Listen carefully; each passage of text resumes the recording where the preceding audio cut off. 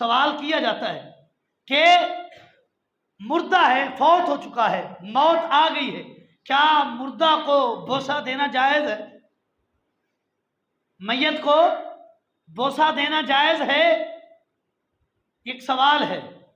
बाज हल्कों से आवाज आती है बोसा नहीं दे सकते। दलील कोई नहीं है।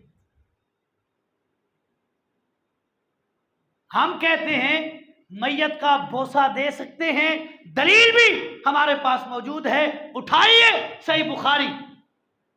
नबी अलैहिस्सलाम की वफात के वक्त जब आप फौत हुए, अबू बकर सिद्दीक रजी अल्लाह तआला अन्हु बाहर सफर पर थे।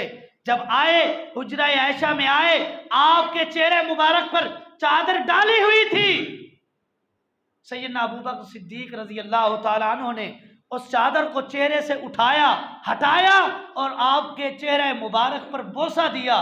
फक़ब्बलहु अबू बकर रजी अल्लाह तआला अन्हु, नबी अलैहिस्सलाम के चेहरे मुबारक पर अबू बकर सिद्दीक रजी अल्लाह तआला अन्हु ने बोसा दिया है। अलैकुम बिसुन्नती व सुन्नतिल खुलफाइर राशिदीन अल महदीयीन, आप पर लाजमी है कि मेरी सुन्नत पर अमल करो और मेरे खुलफा की सुन्नत पर अमल करो।